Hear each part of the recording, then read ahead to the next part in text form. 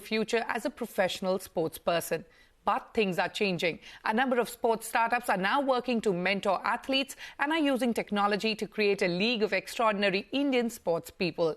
Joining me now are Deepti Bobaya, Executive Director of Go Sports Foundation, a non-profit organization working towards the development of some of India's talented, emerging and elite athletes competing across Olympic and Paralympic disciplines, and Megha Gambhir, co-founder and CEO of Stupa Sports Analytics, a sports analytics startup.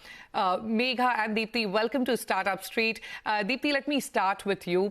And firstly, let me congratulate you on the performance of Kamalpreet Kaur in discus throw. And Go Sports Foundation has been working towards the development of emerging and elite athletes competing across Olympic and Paralympic disciplines. Take me through your athletes' scholarships and the work done by you in creating programs for sports. Great. Thank you so much for having me, Shruti. Really a pleasure. Go Sports Foundation is now a teenager, like we say. We started, with the premise that we believed that India can do well at the world stage. And there is a lot of talent, but there's just not a proper process or a system in place to, nurture them. So our athlete development programs, we run 5 of them currently. They are primarily identifying athletes at the age group between 13 to 18, athletes at a national level where we look at individual Olympic sports. We pick them up. They go through an entire selection process with us. We have a 100-day selection process. Then they're shortlisted, and then we typically work with athletes over a period of 4 to 8 years. What's very heartening to see is, during the Olympics now, the ones that we picked up 8 years ago are today at the Olympics. So that's how long it takes to actually create an Olympian, right? And it's obviously the result of the ecosystem and everyone working together. A lot of it has changed in the last 4 years. Absolutely, Deepti. And Go Sports has so far supported over 200 athletes. You also impart training on how to address the media and even educate athletes on managing finances. Tell me how at Go Sports you are enabling a healthy sporting ecosystem. So athlete education is a very critical piece because one of the things in India, we don't have student athletes. Typically athletes have to choose between their sport or an education. A lot of us, including myself, took education as a route instead of sport. But we don't want that to happen to athletes today. And typically an athlete has 2 lives, one while they're playing and one after they're playing. So how do you ensure that an athlete continues and transitions smoothly from their playing career to their non-playing career? Today, the sporting ecosystem has really opened up so many opportunities. You obviously have the analytics side, you have the psychology side, the nutrition side, but it is important that an athlete is a professional first. So Sure. We teach them basic things like how do you write an email, how do you address media, how do you put yourself out there, how do you build your brand, how do you tell your story, what is the narrative that you're going to share, what really what do you care about, and beyond your sport. So it's a combination of things that we do with athlete education as well. Okay, let me quickly come to Megha now. Megha, Stupa is a sports analytics startup. You also partnered with ITTF this year for providing analytics to their top athletes. Take me through some of the use cases of data analytics and AI in racket sports, and how does it help players enhance their performance?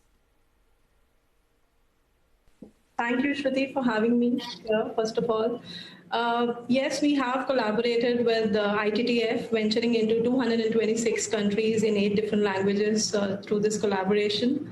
Data analytics and AI plays a massive role in redefining the entire experience for the sports, especially for athletes in enhancing their performance. There are multiple use cases. I'll just pick up a few of them.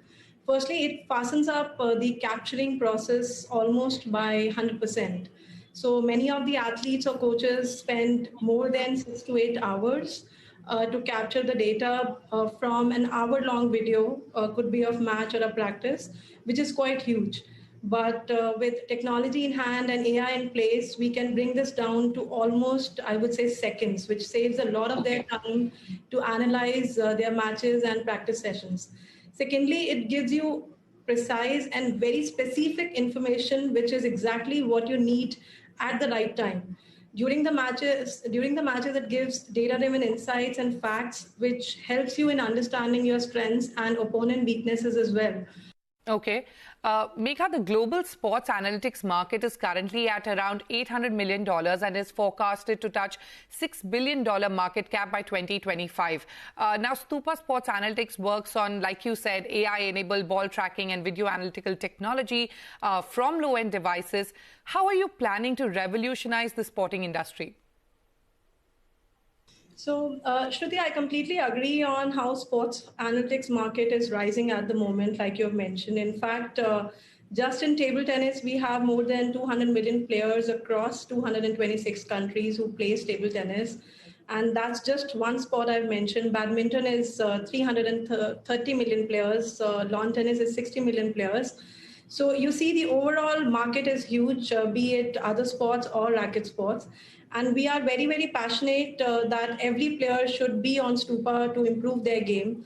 Why we have brought this solution on low-end device like a mobile is because we wanted the entire ecosystem to grow. And the ecosystem consists of grassroots players and fans and followers, much more than the competitive players. So typically, you will see most of the sports using analytics or tech uses high-speed cameras, restricting its access to only high-end players. But with our solution, you can use it anywhere with just a mobile phone. Okay, so in a nutshell, Stupa is trying to make sports accessible to all. Deepti, coming to you now, what needs to be done to enable India to grow into a sporting powerhouse and to be recognized as a force to be reckoned with on the global stage and for a variety of sports? You know, cricket has set in a really good precedence of how it can really grow. But when Olympics happens, if you see every 4 years, everyone in India wakes up and wonders why there are no medals. But I think it takes a really long process and team to really get participation first and eventually medals. I think this is the first time we've sent our largest contingent, India, 120 people. What has been really interesting, Shruti, is that the corporate support has really helped these numbers move up this time. The corporate social responsibility, the mandate that came in 2013, a large part of why we do what we do is because of the corporates that support us, and these are the large corporates who believe in nation building through sport. It's not just the medal, whether you take an Aditya Birla Group or an IndusInd Bank or a Sony Pictures, all of them have believed that only if I support young talent will they eventually go and become medal winners. So I think that has been unique. And also, if you look at the overall United Nations Sustainability Development Goals, they also get met through sport. All right. Megha, Deepti spoke about corporate and CSR funding, and lack of funding for sports has been a constant struggle. Do you see it improving as more Indian athletes are getting global recognition, and what more needs to be done? Yes, I see this. It is improving a lot with more and more athletes getting global recognition. In fact, a lot of schemes by government like Khelo India and the programs by public sector companies like Indian Oil or ONGC have been helping the athletes both at the grassroots level as well as at the competitive level.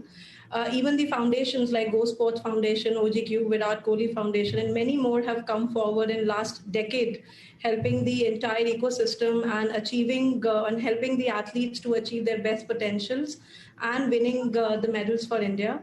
What I think more is needed is the involvement of more science and tech-based learning, because that will help us grow faster. So there is a need for tech-based learning. But Deepti, coming to you, on a policy level, what macro changes need to be done? What is your wish list, if I may call it, for the government and the larger private sector? I think collaboration was a wish list, the prior Olympics, and that happened in a very, very amazing way. All key stakeholders, like I mentioned, worked together. I think that is good. That continues to be a wish list where we all work together, keeping the athlete at the center of everything else. Funding. Today, when you talk about the highest level of performance at the Olympics. Where we lose out is in terms of competition, in terms of having that sparring partner or actually being there and getting exposure and experience, right? There is a lot of money coming in, but still, when you talk about periodization and planning and sports science and nutrition and mental conditioning, there are very few experts also in all these areas. So it's very few experts working with the whole range of athletes here. So I think definitely more experts, more funding, more exposure would be my wish list. A lot of people talk about infrastructure, but I think we do have the infrastructure today. There are some fantastic setups that are there, world-class centers that are there in India itself, but we have to come down to coaching and experts as the number one wish list that I would put out. All right. Okay, so more exposure, more collaboration. Megha, one final question before we wrap up. How do you plan to extend the technology to more sports? Virtual reality is another area that is coming up. Take me through your future goals and partnerships, and what is the future of sports analytics? So, Shruti, we plan to launch other racket sports in next 15 months. Predominantly, we will be covering badminton, lawn tennis, and squash. We are already in conversation with some of the elite coaches in these sports who see this as a great potential for future. In Olympics, recently we have had more than 25% of table tennis players using Stupa, and we wish that by next year Olympics, we can have more than 80% players who are using Stupa in all these three different sports. On the partnerships, we are venturing into 226 countries with the collaboration of ITTF, and we wish to become their exclusive analytics partners as well for all these sports, I would say, especially badminton, table tennis, lawn tennis, and squash. And on the analytics side, I feel that IoT and virtual reality is going to be the next big leap. We are also planning to derive a lot of deep fitness and biomechanics analytics as well, which will be bringing, we will be bringing very soon.